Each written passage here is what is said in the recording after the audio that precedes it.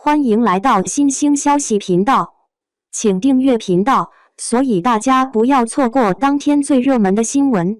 我们今天的时事通讯包括以下内容：白鹿实力惊人，凭借个人魅力将北上从年代剧的巅峰撕扯下来。7年前出版的那本获茅盾文学奖的大作，还曾荣获5个一工程奖，如今被改编成了影视作品。3度获白玉兰最佳导演的国家1级导演姚晓峰亲自执导《红高粱》《幸福到万家》，还有父辈的荣耀、警察荣誉等多部口碑极佳的作品编剧则是赵东陵。这项目的确挺有分量的，感觉有点人世间的气势吧。那种深入人心的故事，肯定会引起不少共鸣。结果最终会成了北上。当然，有央视的强力宣传，这部剧的播出效果可不是那些偶像剧能比的。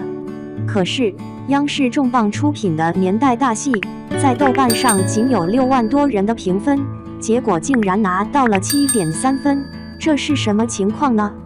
这话怎么说呢？就连同时间播出的偶像剧，还是网剧滤镜的评分也来了，足足有13万人给了个一致的7.3分，分高低一目了然。不是在抨击，而是相互比较。知道北上开头可是冲着奖项去的啊，这剧情已经走了一大半，咋追剧的人反而变少了呢？在一堆弃剧的差评里，大家对某位演员的演技真是忍无可忍。在一堆差评里，挑了些不是粉丝圈、非饭圈网友的看法。尽管剧情、男主和其他方面都遭到吐槽，但大家普遍都用五官乱飞来形容白鹿的演技。假小子不是模仿男性，龇牙咧嘴太违和。我觉得，虽然争议不少，但白鹿的演技在流量小花里还算是挺靠谱的。古装偶像剧里的表演往往有些固定模式，可是他那一套在小网剧里还是蛮管用的。我真是没想到，到了正剧里，他竟然是这样的。想要演出少女古灵精怪的样子，同时又是与男孩子一起长大的假小子，这不正好贴合了白鹿对自身性格的看法吗？可以看出，白鹿真心想把自己演得像个男子汉，这才导致很多中年男演员在镜头前那样显得油腻，各种夸张的表情接连不断。他会故意冲水里的男孩吐舌头，还会在家里假装开演唱会，故意把嘴巴张得大大的。然而，小孩在房间里假装过家家演戏，都是偷偷摸摸的。特别是在那种小院子的环境里，孩子的羞耻心可绝对不想让他人听到自己的秘密。可观众的眼里，全是那热闹的不行的白鹿，真是让人觉得挺烦的。戴着牙套的他，时常故意大大咧咧的笑，露出牙龈，生怕大家看不到他的努力。看起来像是白鹿放下了形象负担，但实际上他对自己演技的认知还是不够。明明已经勇敢尝试短发和牙套，还把脸涂得黑乎乎的，那怎么还是演不好呢？在我眼里，原因主要有2个。首先，白鹿的演技似乎不太够撑起正剧的大女主。她并不是不想演得好，而是技艺上有些不足，所以她拼尽全力，只能靠五官的戏剧化表现来展现女主的古灵精怪，以为只要模仿男人就能搞定假小子，结果却完全失去了少女那份青涩和最重要的小敏感。另外，流量演员不容易专注于角色的深入探索，那些千篇一律的人物设定和剧情，稍微用点技巧就能被截图弄得风头无两。流量明星在特定的模式下被捧红，粉丝的热爱加上数据的展示，其实很难静下心来去琢磨角色。在他们看来，不必有专业背景，甚至不需要专门学习，只要靠自己的拼搏就能迅速走红。慢慢转型吧，哪怕表现实在不尽如人意，粉丝们也能强行给你点赞，何必费那么大劲呢？